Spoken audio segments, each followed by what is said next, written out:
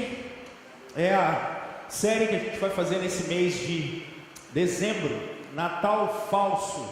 Essa expressão, a gente, na hora que a gente estava preparando essa série, que nós vamos estudar nesse mês de dezembro, a gente estava embasado, claro, nessa grande questão que a gente viveu nos últimos tempos das fake news, notícias falsas. E é muito interessante porque desde 2016 as fake news estão bem em voga. Não que elas não existissem, mas fake news são notícias falsas, né? Fake, falso, news, notícias.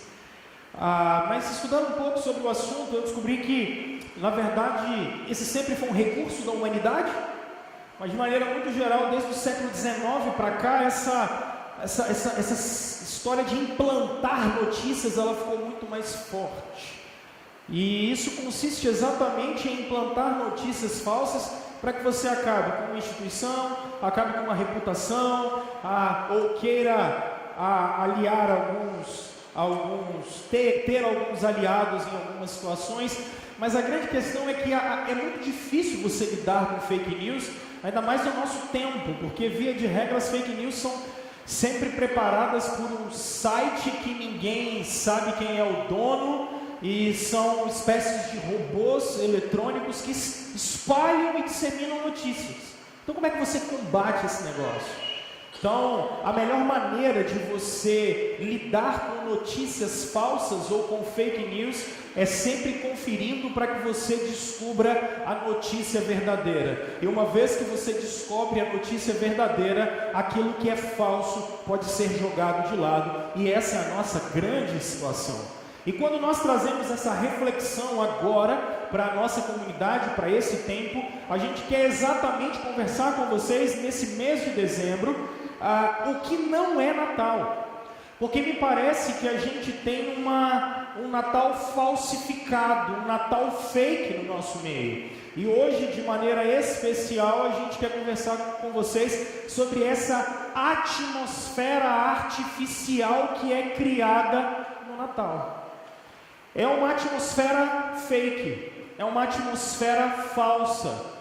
E a gente costuma chamar essa atmosfera falsa de espírito natalino. É o velho espírito de Natal. Só que eu não sei se sou só eu, mas eu não consigo, porque eu sou nascido e criado aqui, morei fora só 4 anos para estudar e voltei para cá, mas eu percebo que até mesmo o Natal tem sido ressignificado no século 21. Mas por que, pastor? Porque quando eu era criança, andando descalço aqui na Expedito Garcia, eu acho que a gente aprendia muito mais sobre generosidade. Eu não sei se vocês se lembram, porque até mesmo na TV a gente via muita propaganda sobre isso. Hoje a gente nem vê TV mais. Os nossos filhos são a geração YouTube, né? A gente não vê mais TV. Mas era muito comum a gente ver esse apelo à generosidade. Mas a gente não vê isso mais. Está estranho. Porque parece que no passado era um tempo em que a gente falava assim: nossa, Natal é tempo de solidariedade. Não sei se vocês se lembram, mas eu me lembro que até mesmo eu sou nascido e criado em comunidade cristã, eram tempos e momentos em que a gente separava e sempre a gente ajudava as pessoas. Era muito comum ver alguns vizinhos se vestirem de Papai Noel e dar um pulo numa comunidade carente. Não sei se vocês já viram ou alguma coisa desse jeito. Mas parece que esse sentido se está se perdendo. De Natal como um tempo de generosidade, um tempo de solidariedade. Mas não é só isso. Parece que essa história de Natal não está mais sendo, e aí eu estou falando do tempo que eu me entendo por gente, um período de compaixão, um período em que a gente olha as pessoas e sofre com elas, um período em que a gente olha o outro e sofre com ele, e a gente faz de tudo para acabar com o sofrimento do outro. Eu cresci estudando em colégio católico, e era muito interessante aprender que no final do ano, era o tempo de esperança na humanidade. Era o tempo de esperança nas pessoas e que a gente teria jeito. A gente teria solução. E eu confesso que essas foram algumas coisas que eu encontrei assim, olhando a minha história. E eu não sei se com vocês é diferente, porque eu acho que a gente está substituindo e substituímos o sentido do Natal. Não que esse seja o sentido mesmo, mas o que eu quero conversar com vocês é exatamente porque me parece que esse tempo, ele está diferente. Não tem como vocês olharem a vida e a realidade em volta de vocês e não verem um tempo diferente, e isso tem um nome, e o nome disso é materialismo. Pastor, o que você quer dizer com materialismo? Pessoal, o mundo nem sempre foi do jeito que ele é hoje. O mundo nem sempre foi do jeito que ele é hoje. Quando eu estou dizendo materialismo, eu estou dizendo uma corrente filosófica de 200 anos para cá, que define a vida simplesmente por tudo aquilo que você consegue ver, tocar, sentir. Uma coisa só é verdade se eu vejo, se eu provo. A ciência diz que é verdade, ou a ciência não diz que é verdade? Porque se eu não pude provar com os meus sentidos, não é verdade. Isso é um mito, uma religião chamada cientificismo. Mas se você acha que isso está preso somente a laboratórios, isso é mentira. Porque vocês são materialistas e não conseguem pensar com outra categoria. Por quê? Percebam como tudo o que nós queremos se resume a bem-estar, e tudo o que nós queremos resume-se a conforto. Qual foi a última vez que acabou a luz na sua casa? Porque a última vez que acabou a luz na minha casa, as minhas filhas olharam e falaram assim: não tem nada para fazer. Mas por que não tem nada para fazer? Não tem nada para fazer porque elas são materialistas. A imaginação já não funciona como deveria. É uma geração materialista. Vocês estão atrás do que o tempo todo? Conforto. Vocês estão atrás do que o tempo todo? Estabilidade. Percebam os diálogos nas últimas eleições para prefeito, presidente, deputado no nosso país. A discussão sempre é econômica. Mas por que a discussão é econômica? Você nunca parou para pensar como era antigamente, no passado? A sociedade, a população nunca discutiu sobre economia. Nós nunca discutimos sobre isso. Nós discutimos economia porque dói no nosso bolso, porque senão a gente perde poder de compra. E se a gente perde poder de compra, a gente perde a nossa razão da felicidade. Isso é materialismo. Mas o materialismo não está só no nosso poder de compra, não está só na nossa imaginação. O materialismo está também nas nossas relações. O materialismo está na maneira com a qual a gente se relaciona com Deus. Ou você acha que esses pastores de Satanás vestidos de branco na frente de uma igreja, que eles chamam de igreja, mas aquilo é uma empresa, e as pessoas vão até lá só buscarem a bênção delas? Isso é materialismo. Quantos de vocês não vieram aqui hoje simplesmente buscar a bênção de vocês? Isso é materialismo. Porque Deus tem que me servir. É muito comum ouvir os crentes dizendo: eu vou à igreja para ser consolado, eu vou à igreja para Deus falar comigo e a minha vida ser resolvida. Isso é materialismo. Isso é o fruto do nosso tempo, em que tudo é palpável. Deus tem que me servir, e me servir significa que Deus tem que me servir na minha vida material. Esse é o espírito da nossa época. Não acho estranho então nós transformarmos o Natal, que é o nascimento do Salvador, num período de compra, porque é um período materialista. Vida eterna, salvação, vida eterna e salvação foram resumidas a uma conta bancária bem feita. Salvação, até mesmo às vezes dos púlpitos das igrejas, ou em bancos de universidade, ou quando seus filhos voltam da escola, é se nós tivermos uma economia equilibrada, e se nós não formos pobres.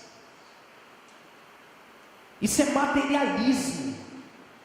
Resumirmos a relação com Deus, resumirmos a relação com o outro a consumo. E alguns de nós não sabemos nem pensar com outras categorias.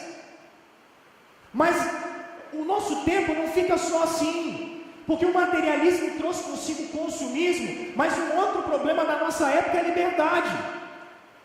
Liberdade para quê, pastor? Gente, vocês acham que nos últimos anos fala-se tanto de democracia por quê? Não é porque a democracia é boa, não estou falando que a democracia é ruim, não. A democracia é boa. Mas porque na verdade nós levamos a liberdade ao último extremo. Eu faço o que eu quero, com quem eu quero, da maneira com quem eu quero, na hora que eu quero, e ninguém tem nada a ver comigo. Isso é uma corrente filosófica do século XIX e XX chamada existencialismo. Eu faço o que eu quiser. Agora, no século XXI, eu sou o que eu quiser. Se eu quiser dizer que eu sou mulher, eu sou. E se eu achar que eu gosto de homem, eu gosto de homem. E ninguém tem nada a ver com isso. Isso é o espírito da nossa época. Eu me lembro quando eu era criança, gente. Natal, Ano Novo, Páscoa. Eu não estou falando que o tempo do passado era bom, não é nada disso. Eu só estou tentando mostrar para vocês que essa história de falar que lá era bom e aqui é ruim é idolatria. Eu estou querendo mostrar para vocês é que de acordo com o tempo vai passando, você, igreja, povo de Deus, tem que entender a mudança do tempo. Para poder responder as perguntas da nossa época, as perguntas que as pessoas fazem agora, e entender até mesmo a sua forma de pensar. A gente inventou essa história de liberdade, e não que ela não seja verídica biblicamente falando, mas a grande questão é que essa ideia de liberdade trouxe para a gente uma confusão chamada moral relativa. Então não existe mais certo, não existe mais errado. Te faz feliz? Se te faz feliz, é isso que você vai fazer. Você está se sentindo bem? Já ouviu isso alguma vez? Você está se sentindo bem? Não, meu filho, o que importa é que você se sinta bem. Se você se sinta bem, não importa o caminho que você vai seguir. Está se sentindo legal? Então vai. Esse é o espírito fake da nossa época. Quando nós chegamos numa data como essa, a gente começa a refletir sobre isso. Uma sociedade chafurdada em consumo e chafurdada numa moral completamente relativa em que todo mundo faz o que quer. E aí eu fui buscar um negócio do Frei Beto que eu li há muito tempo. O Frei Beto fala um monte de besteira, porque ele é um marxista cultural, mas ele tem uma coisa que ele fala, eu não ouço ele via de regra, mas essa crítica dele é interessante. Eu queria te pedir licença para poder lê-la com você, para você entender, porque eu acho que ele conseguiu resumir o nosso tempo e essa atmosfera fake que eu quero trabalhar com vocês. Chama Catedrais Modernas. E ele diz assim: gosto muito da metáfora da catedral. Às vezes, quando meus amigos vão para a Europa pela primeira vez, principalmente para a Itália, digo a eles: se andarem pelo interior e uma pequena cidade encontrarem uma catedral, parem, porque essa cidade tem história.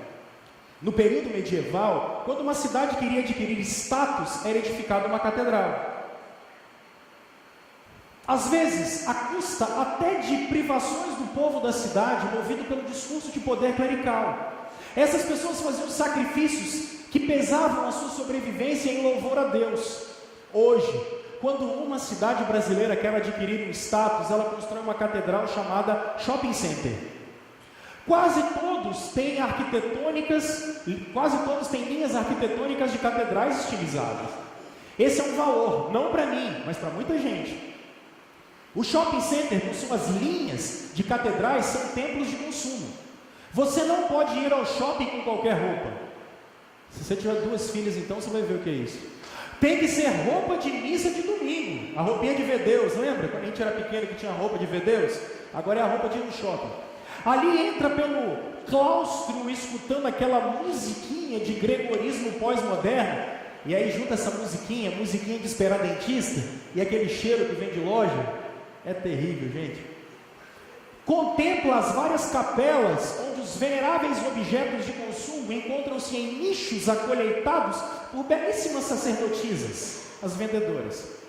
E quem não puder comprar, sente-se no inferno.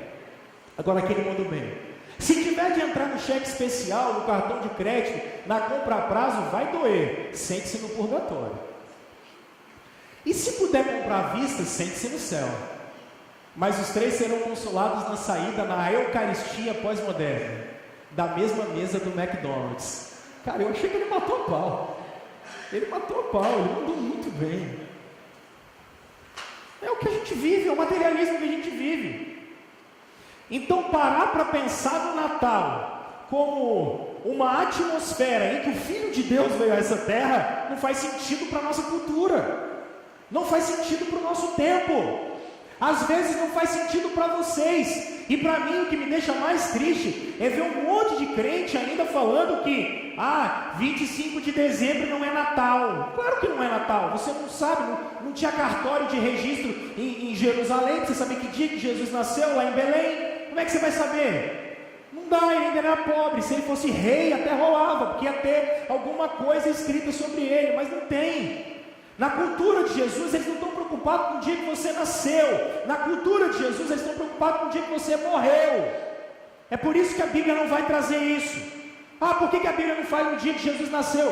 Porque para a cultura de Israel, era muito melhor morrer porque você estava com Deus. Porque no dia que você vai nascer, você vai sofrer. Essa era a ideia de Israel. Por isso que você não tem o dia do nascimento de Jesus registrado. Mas então por que a gente lembra isso? Se vocês quiserem fazer o ano que vem em abril, eu faço, não estou ligando. Em maio também não, mas vamos aproveitar que o mundo inteiro está fazendo, a gente faz também, qual o problema? Então para com esse negócio, é bobeira. Mas, eu aprendo um negócio aqui, interessante, gente, porque a pergunta que eu tenho para fazer para vocês é o seguinte: se a atmosfera hoje é uma atmosfera materialista e livre de liberdade, e de liberdade no sentido pior da palavra, como era a atmosfera nos dias em que Jesus nasceu? Então eu separei 2 textos e eu vou pregar em João 1 daqui a pouquinho. Registro da genealogia de Jesus Cristo, filho de Davi, filho de Abraão. Abraão gerou Isaac, Isaac gerou a Jacó, Jacó gerou a Judá e seus irmãos. Judá gerou a Pérez e a Zerá, cuja mãe foi Tamar. Pérez gerou Esrom, Esrom gerou Arão, Arão gerou Aminadab, Aminadab gerou Nazon, Nazon gerou, não sei quem vai aparecer daqui a pouco. O que isso te diz? Já sei, nada. Eu sei, mas genealogia é muito importante na Bíblia e tem que te dizer tudo. Por quê? Porque aqui tem uma coisa fantástica. Você não está vendo? Não? Mesmo? Eu botei em negrito, e nem sei se vocês não viram. Vou botar sublinhado da outra vez. Está aqui, gente. Filho de Davi, filho de Abraão. Aqui tem uma promessa. Qual é a promessa? Ele é filho de Abraão. Quando é que a gente vai herdar a terra que foi prometida para Abraão? De ti farei uma grande nação. Para Abraão foi dada uma terra. E essa terra que foi dada para ele não foi conquistada. E se você olhar, Judá, Pérez, Zerá, cuja mãe foi Tamar, Pérez gerou Esrom, Esrom gerou Arão, Arão, Aminadab, Nazon, Nazon gerou Salmão. Isso aqui é um período de conquista da terra que foi dada para Abraão. Só que quem foi o cara que conseguiu dar a terra para Israel? Davi. Olha que legal. A pergunta que acontecia no período de Jesus, quando ele nasceu, é: uma terra foi dada, quando o filho de Davi vai vir para nos dar a terra? Porque eles estão escravizados pelos romanos, e a pergunta é: quando o filho de Davi vem? E continua: Salmão gerou Boaz, cuja mãe foi Raabe, Boaz gerou Obed, cuja mãe foi Ruth, Obed gerou Jessé, Jessé gerou o rei Davi, Davi gerou Salomão, cuja mãe tinha sido mulher de Urias, Salomão gerou Roboão, Roboão gerou Abias, Abias gerou Asa, Asa gerou Josafá, Josafá gerou Jorão, Jorão gerou Uzias, Uzias gerou Jotão, Jotão gerou Acais, Acais gerou Ezequias, Ezequias gerou Manassés, Manassés gerou Amon, Amon gerou Josias, e Josias gerou Jeconias e seus irmãos, no tempo da onde? Do exílio da Babilônia. Todos os reis falharam quando o filho de Davi aparecerá para governar sobre nós. Nós tínhamos uma terra que foi perdida, os romanos governam sobre nós. Todos os nossos reis falharam. Quando o Supremo Rei do Universo aparecerá? Quando o Filho de Davi virá governar sobre nós? E aí a última coisa é essa aqui. Do lado dos judeus, minha gente, havia uma perspectiva que é quando o Filho de Davi vem. Porque, olha quando Jesus nasceu. Depois que Jesus nasceu em Belém da Judéia, nos dias de quem? Há 4 Herodes falados na Bíblia. Esse Herodes é o Herodes o Grande. Há Herodes Antipas, Herodes Agripa I e Herodes Agripa II. Herodes o Grande é esse, vou contar a história dele. Herodes Antipas é aquele que mandou cortar a cabeça de João Batista e depois escarneceu de Jesus. Herodes Agripa I é aquele que corta o pescoço de Tiago em Atos capítulo 2. E Herodes Agripa II é aquele que em Atos capítulo 26 ouve o discurso de Paulo e diz assim: Paulo, quase que você me persuade a ser cristão. Mas esse é Herodes o Grande. E quem é Herodes o Grande? Herodes o Grande é o cara que, amigo de César Augusto, ele vai assumir, por causa da amizade que ele tinha com o imperador, ele vai assumir o governo de toda essa região. E ele é um doido, ele é um louco. Pense num cara maluco, é Herodes o Grande. Mas por que, pastor? Primeiro que ele se casou 9 vezes, 9 casamentos. Mandou matar 45 aristocratas com medo dos aristocratas de Jerusalém roubarem o seu trono. Por fim, casou-se com Mariana. Mandou matar todos os parentes de Mariana com medo deles conspirarem contra ele, todos os que poderiam vir contra ele. Depois, a sua sogra, Alexandra, pede a ele para colocar Aristóbulo, sobrinho dele, como sumo sacerdote de Jerusalém. Aristóbulo, ainda com 16 anos e meio, chega a ser sumo sacerdote por causa do seu carisma. Aristóbulo tem a sentença de morte dada. Herodes mandou estrangular ele, com medo dele tomar o reino dele. Sabedora da notícia, Alexandra, a sogra dele, foge para baixo das saias de Cleópatra no Egito para ver se ela vai poder ser protegida. Quando ela chega no Egito, Herodes, não contente, manda ir matar ela lá no Egito. Ela se esconde. Quando ela se esconde, ela tenta entrar dentro de um funeral para ver se ela passa escondida. Não adiantou, acharam, estrangularam ela também.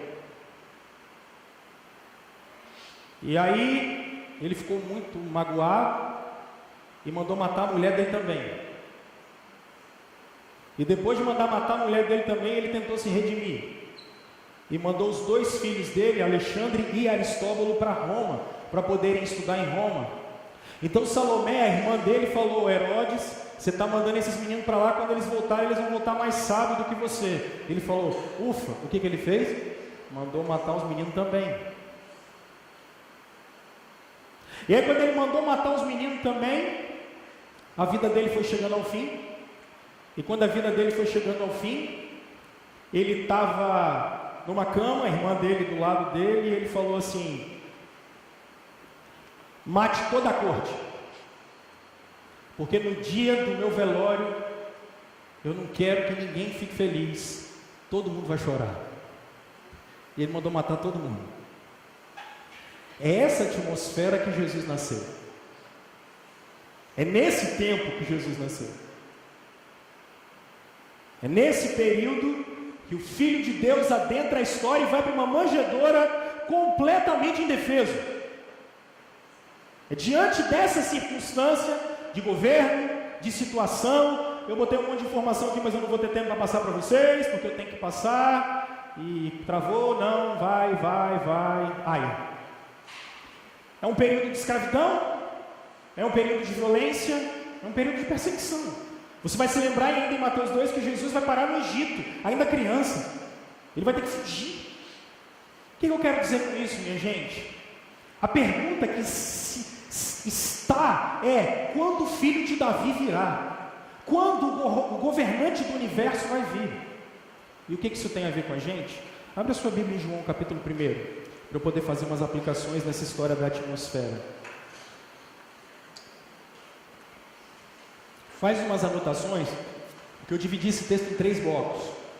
Verso 1 e 3, a 3, verso 4, 5 e 6, e depois um ênfase em verso 14. Olha o que João capítulo 1 diz. No princípio era aquele que é a palavra. Ele estava com Deus e ele era Deus. Ele estava com Deus no princípio. Todas as coisas foram feitas por intermédio dele. Sem ele, nada do que existe teria sido feito. O que isso tem a ver com a atmosfera do Natal? Meus irmãos, percebam como a palavra princípio se repete.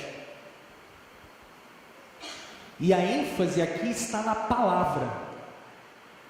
Me parece que a palavra era Deus. E a palavra estava com Deus. Essa palavra, por intermédio dessa palavra, tudo que foi criado por meio dessa palavra. E essa palavra é a segunda pessoa da Trindade. Essa palavra é Jesus. Quem é que estava na criação, como agente da criação, fazendo tudo? Jesus. Antes dos tempos eternos, antes que houvesse qualquer coisa, quem estava lá? Cristo. E se você olhar isso bem direito, olha isso comparado com Gênesis. No princípio criou Deus os céus e a terra. A terra era sem forma e vazia. Trevas cobriam a face do abismo, e o Espírito de Deus se movia sobre a face das águas. Olha que coisa legal. Olha a palavra. Disse Deus. João está dizendo que quem fala isso é Cristo. É Jesus que está falando isso. Haja, exista. Olha que coisa legal. Sabe de uma coisa, gente? Princípio repetido de novo. Olha que legal. Aquele que a palavra tornou-se carne e viveu entre nós. Aquele que estava na criação veio viver entre a gente. O que significa isso? Simples. A primeira atmosfera que deve envolver o Natal é essa afirmativa. Jesus veio a essa terra, gente. Jesus veio aqui. Mas pastor, você deu essa volta toda para falar isso? Não, gente. Vocês nunca pararam para pensar nisso? Olha para cá mesmo. O verso 3 diz que Deus falou, haja luz. Cristo disse, haja luz. E houve? Houve? Você nunca parou para pensar que antes da luz existir, ela já tinha nome?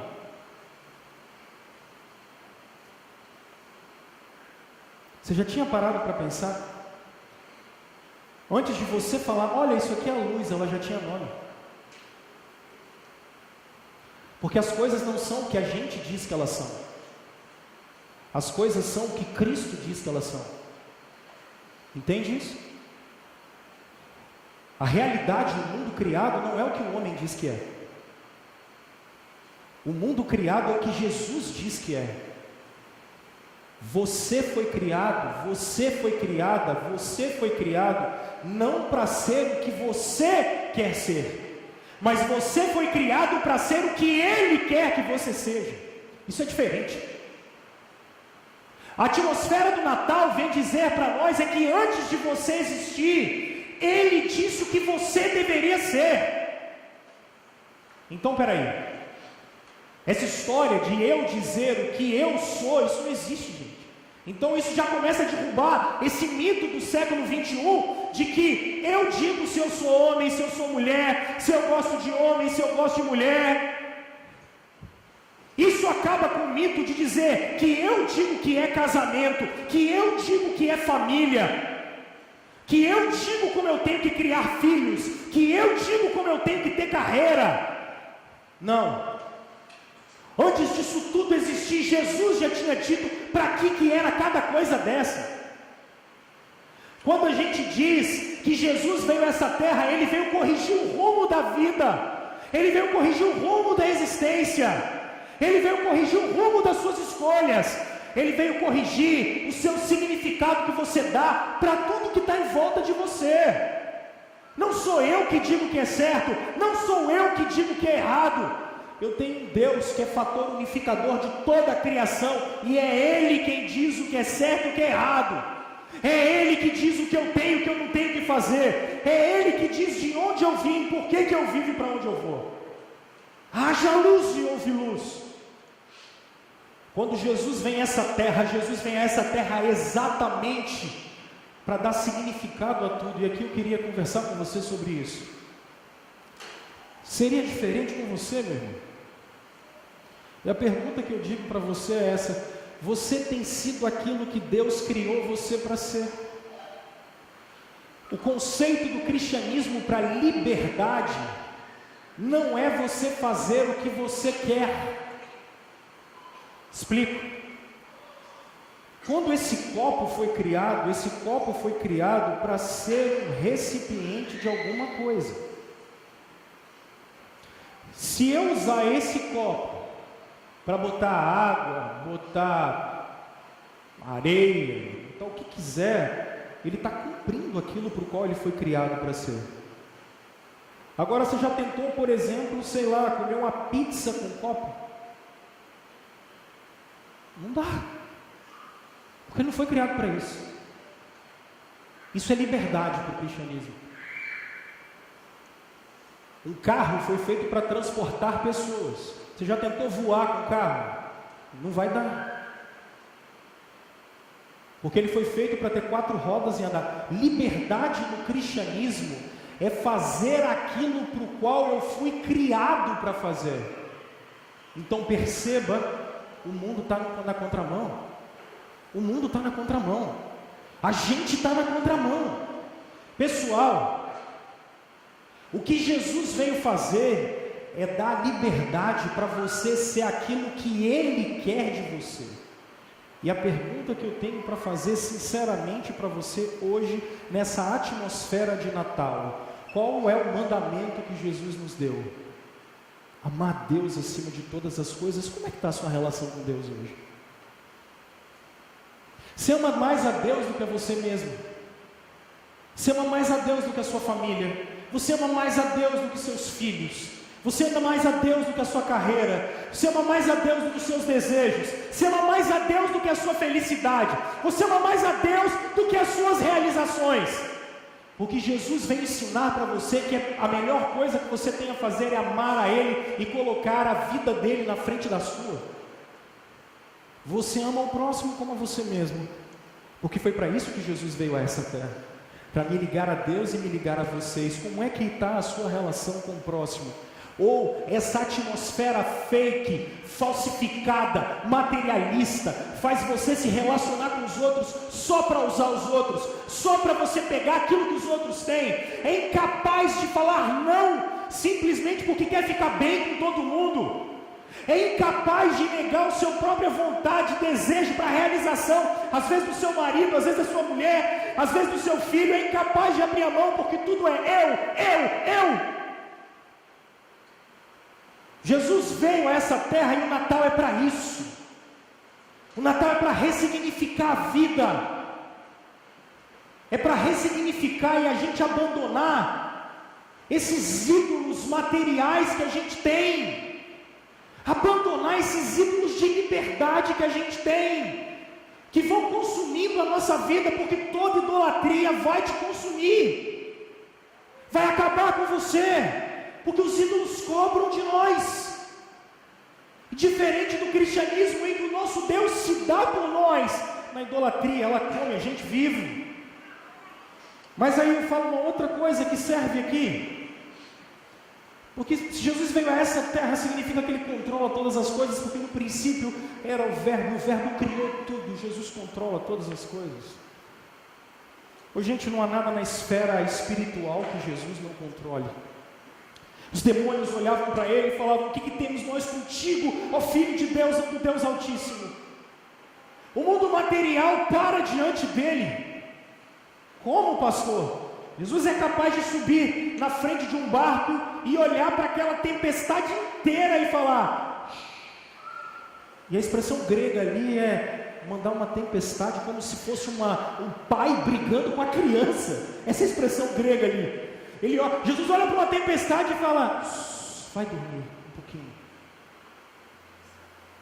Jesus olha para os reis e ri dele, o Salmo 2 diz. A pergunta que eu tenho para fazer para você é: por que ia ser diferente com você? Por que ia ser diferente com você?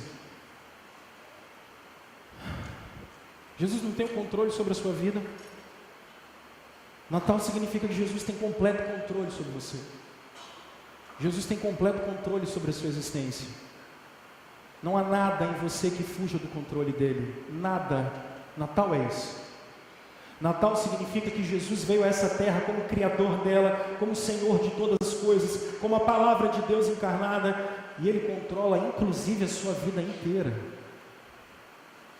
Então eu queria que você olhasse para todas as suas noites de ansiedade. Eu queria que você olhasse por cada lágrima que você derrama. Eu queria que você olhasse por cada vez que você não vê saída. E para cada vez que você se sente desamparado, desesperado, perdido, como se no mundo e tudo que houvesse à sua volta e na criação inteira você falasse: realmente não tem saída e não tem solução. Natal significa que Cristo veio a essa terra não só para significar tudo de novo como deveria ser antes da queda, mas Ele veio também demonstrar que Ele tem todo o controle sobre a gente. Ele tem todo o controle sobre você. A pergunta que eu te faço é: aonde você tem colocado a sua fé? Porque o materialismo vai mandar você colocar a sua fé na sua conta bancária. O materialismo manda você colocar a sua fé no concurso público. O materialismo manda você colocar a fé no seu cônjuge, no seu marido, na sua esposa, na sua segurança. No materialismo, ela vai estar em alguma coisa que você pode ver. Então, você hoje tem um celular, aí você olha lá, entra no internet banking, aí você vê saldo positivo, estou bem. Saldo negativo, estou mal. Como se a sua vida estivesse completamente diagnosticada no exame que você fez. Jesus tem todo o controle sobre nós. Jesus tem todo o controle sobre você. Então hoje, o convite que a atmosfera verdadeira do Natal vem fazer é para você olhar o significado das suas relações com Deus, com o outro, com o mundo, se elas glorificam a Deus, mas por outro lado é para você confiar naquele que entrou na história para estar com a gente, para estar com você e para estar comigo. Se por um lado Jesus veio a essa terra, por outro lado, deixa eu mostrar para vocês isso, Jesus traz vida, gente. Olha o texto bíblico, a riqueza, quando diz: nele estava a vida e essa era a luz dos homens. A luz brilha nas trevas e as trevas não a derrotaram. Você vai perceber que o Evangelho de João, quando você for ler, o Evangelho de João trabalha sempre com contrastes. Luz e trevas, vida, morte, dia e noite. O Evangelho de João é o Evangelho dos contrastes. Água e sede, pão, fome, sempre, você vai ver isso sempre nos capítulos do Evangelho de João. E aqui, só eu que estou com calor, vocês também? Só eu, né? Tá, eu aguento, está em paz, Jesus já veio. O Evangelho de João trabalha com esses contrastes.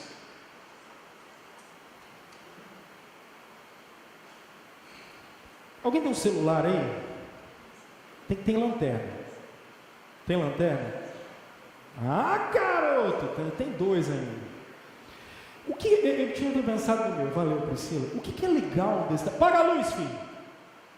Aí o Weber me mata depois. Depois ele corta. Mas eu tinha pensado nisso. Aí, tá bom. O que é interessante isso, cara? Repara que. Apaga essa aqui, não vai demorar muito. O que é interessante é que a luz, ela só faz efeito quando não tem claridade. Percebe? Agora, quando você está nas trevas e na escuridão e a luz aparece, ela vem e você consegue ver. Quando o Evangelho de João está falando das trevas, quando o Evangelho de João está falando da luz que brilhou, é porque a luz só vai se destacar no lugar em que ela não existe. Para que ela se propague, porque ela é uma onda, pode acender aí, por favor. Porque ela é uma onda, ela tem que se propagar aonde ela não está. Ponto. Só dá para ver a luz porque o mundo está em trevas. Só dá para ver a luz porque o mundo está perdido. Só dá para ver a luz porque o mundo está morto. Só dá para ver a luz porque o mundo está caído. É essa a ideia que o texto de João traz. Só dá para a luz se propagar onde existe trevas, e a luz veio a esse mundo. Agora, como é que Jesus traz vida? É isso que a gente precisa entender, como é que Ele traz essa vida. Gente, Jesus traz essa vida com a presença dEle, e é por isso que a gente precisa sempre voltar para a cruz. Talvez você não está acostumado com o sistema de sacrifício bíblico. Se há pecado, o castigo do pecado é a morte. Se há um pecado contra Deus, se há uma falta contra Deus, deve haver morte. E é por isso que Jesus tem que encarnar, Ele tem que entrar em Maria, porque Ele vem sem pecado, porque se Ele tivesse vindo de outra pessoa, Ele teria herdado o pecado de Adão, mas Ele entra nessa terra sem pecado, passa por aqui sem pecado, e como um cordeiro puro, assim como os cordeiros deveriam ser puros, nos sacrifícios do Antigo Testamento, Ele é um cordeiro puro e que vai para aquela cruz, para morrer uma morte que era sua, e para morrer uma morte que era minha. A atmosfera do Natal vem mostrar que Deus está preocupado com a gente para trazer vida para nós, e é por isso que Ele vai morrer no nosso lugar.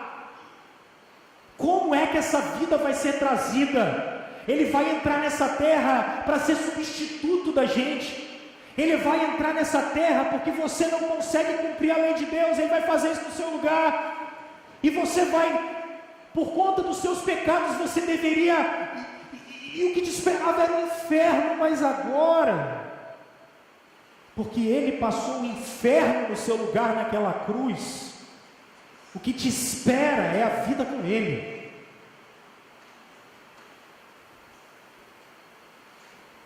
E gente, esse processo de trazer vida, ele só vai terminar no dia que Jesus voltar. Porque nós vamos brigar a vida inteira contra os pecados da gente, contra as falhas da gente. Mas quando o Natal aparece, significa que a vida de Deus está aparecendo. E a pergunta que eu tenho para fazer para você é: qual a sua resposta diante disso? A minha pergunta é: você continua vivendo nas trevas? Você continua vivendo afastado de Deus?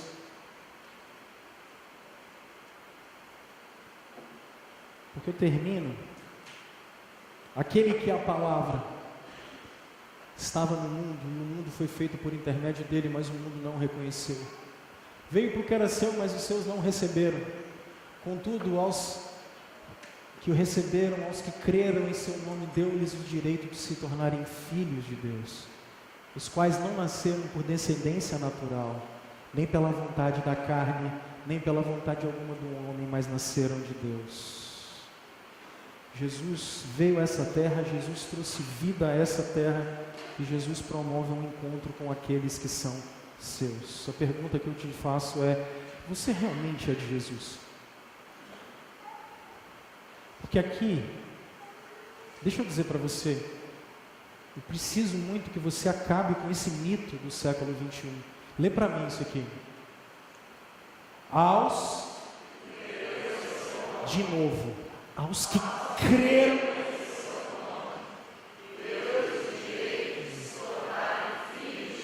quem são os filhos de Deus? Todos? Os que creram em Cristo. Os que creram em Cristo.